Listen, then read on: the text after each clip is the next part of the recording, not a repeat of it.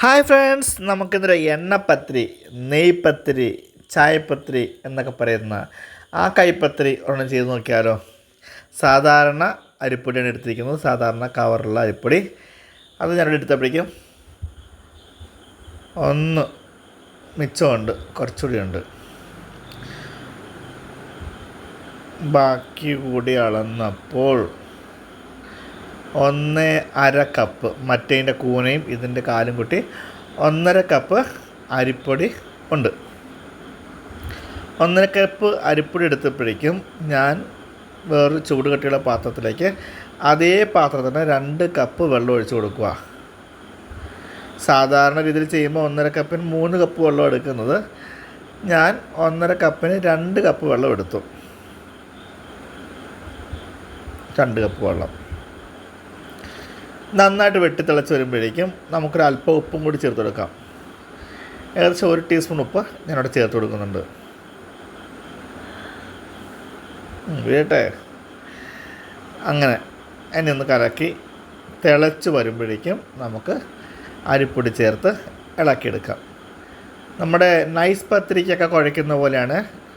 വെള്ളം തിളയ്ക്കുന്ന വെള്ളത്തിലേക്ക് അരിപ്പൊടി ഇട്ട് നന്നായിട്ടൊന്ന് ഇളക്കി, ചില നാട്ടിൽ പറയും കിണ്ടി, ഇളക്കിയെടുക്കുകയോ കിണ്ടിയെടുക്കുകയോ എന്തായാലും കുഴപ്പമില്ല. ഈ സാധനം കുഴഞ്ഞ് കിട്ടണം. ആ എല്ലാ തിളച്ച വെള്ളത്തിലും കുതിർന്ന് വെള്ളം പെട്ടെന്ന് വറ്റി ഈ അരിപ്പൊടിയൊന്ന് വെന്ത് കിട്ടണം. അതാണ് നമ്മളുടെ ആവശ്യം.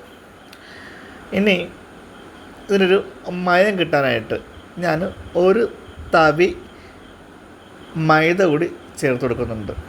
അരി തന്നെ പോരാ, ഒരല്പം മയം കിട്ടാനായിട്ട് 1 തവി, ഏകദേശം 1/4 കപ്പ് എന്ന് വേണമെങ്കിൽ പറയാം, അതുകൂടി ചേർത്തിട്ട് നമുക്കൊന്ന് ഇളക്കി യോജിപ്പിക്കാം. ഇനി ഇതിലേക്ക് നമ്മൾ ഫ്ലേവറിനായിട്ട് ചേർക്കുന്നത്, ഫ്ലേവർ മീൻസ് കഴിക്കുമ്പം രുചി കിട്ടാനായിട്ട് ഒരല്പം കറുത്ത എള്ളും ചെറിയ ജീരകം, അതായത് നല്ല ജീരകം കൂടി ചേർത്ത് കൊടുക്കാം. അതൊക്കെ അതിൻ്റെ അളവ് നമ്മുടെ ഇഷ്ടത്തിനനുസരിച്ചാണ് കേട്ടോ. എനിക്കൊക്കെ ഇത്തിരി കൂടുതൽ ഇഷ്ടമാണ്, എള്ളും ഒക്കെ ഇത്തിരി കൂടുതലിടുന്നത് ഇഷ്ടമാണ്, ജീരകമൊക്കെ ഇത്തിരി കൂടുതലുള്ളത് നമുക്കൊരിഷ്ടമാണ്. പിന്നെ ചില നാട്ടിലേക്ക് ഇതിലേക്ക് പഞ്ചസാര കൂടി ചേർത്ത് കൊടുക്കും കേട്ടോ. ഇതിപ്പം നമ്മൾ എള്ളും ജീരകം മാത്രമേ എടുത്തിട്ടുള്ളൂ, ഉപ്പും മാത്രമേ ഉള്ളൂ.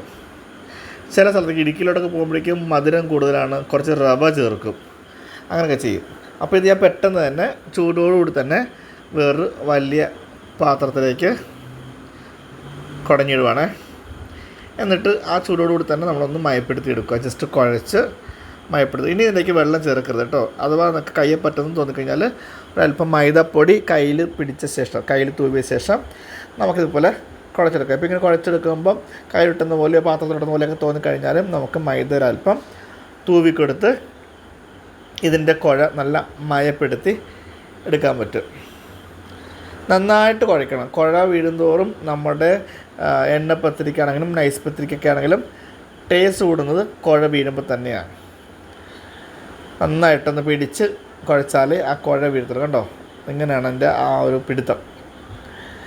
അപ്പോൾ ക്ലിയർ ആയില്ലേ? അപ്പം ഇനി ഇതങ്ങ് കുഴച്ച് ഒരു അടിപൊളി മയപ്പെട്ട ഒരു ഭാഗമായി നമുക്ക് കിട്ടി, മയപ്പെട്ട ഒരു പരുവത്തിൽ നമുക്ക് കിട്ടി. ഇനി ഇത് വേണമെങ്കിൽ 2-3 ഭാഗങ്ങളായിട്ട് മുറിച്ച് മാറ്റിയ ശേഷം കൈ കൊണ്ട് തന്നെ പരത്തിയെടുക്കാം. ചപ്പാത്തി റോളർ ഉപയോഗിച്ച് പരത്താം. അതിനൊക്കെ നല്ലത് നമ്മുടെ ഉള്ളം കൈ കൊണ്ട് പ്രസ് ചെയ്ത് വിടുകയാണെന്നുണ്ടെങ്കിൽ അങ്ങനെയും മതിയാവും. ഞാനിപ്പോൾ ഇത് ഒരു 2 ഭാഗമായിട്ടൊന്ന് മാറ്റട്ടെ. ഇതിപ്പോൾ 2ആയിട്ട് മാറ്റി ഉള്ളം കൈ കൊണ്ട് പരത്തി, ഉള്ളം കൈ ചിലപ്പോൾ മരത്തി പിടിച്ചില്ല, അതല്ല, ഇതിങ്ങനെ ഉള്ളം കൈ കൊണ്ട് പതുക്കെ ജസ്റ്റ് പ്രസ് ചെയ്തിട്ടുണ്ടെങ്കിൽ നല്ല വലുപ്പത്തിൽ കിട്ടും. കണ്ടോ, ഇതെൻ്റെ കൈയാണ്. എൻ്റെ കൈ വന്നില്ല എന്ന് പറയരുത്, കറുത്ത കരകൾ കാണുമ്പോഴേ അറിയാമല്ലോ എൻ്റെ കൈകളായിരിക്കുമെന്ന്. അപ്പോൾ ഇതിങ്ങനെ ജസ്റ്റ് ഉള്ള കൈ കൊണ്ട് പ്രസ് ചെയ്തിട്ടുണ്ടെങ്കിൽ കറക്റ്റ് ഹൈറ്റിൽ നമുക്ക് കിട്ടും. കണ്ടോ, ഇതിൻ്റെ സൈഡിൽ നോക്കി കാണാം അതിൻ്റെ ഹൈറ്റ്. അതാണ് നെയ്പത്തിരിയുടെ ഹൈറ്റ് എന്ന് പറയുന്നത്. ഹൈലൈറ്റും ഹൈറ്റും എല്ലാം ഒന്ന് തന്നെ. ഇത് മറിച്ചിടുമ്പോഴും ജസ്റ്റ് മൈദ തൂവിയിട്ട് തന്നെ മറിച്ചിടുമ്പോൾ നമുക്ക് പെട്ടെന്ന് മുറിച്ചെടുക്കാൻ പറ്റും.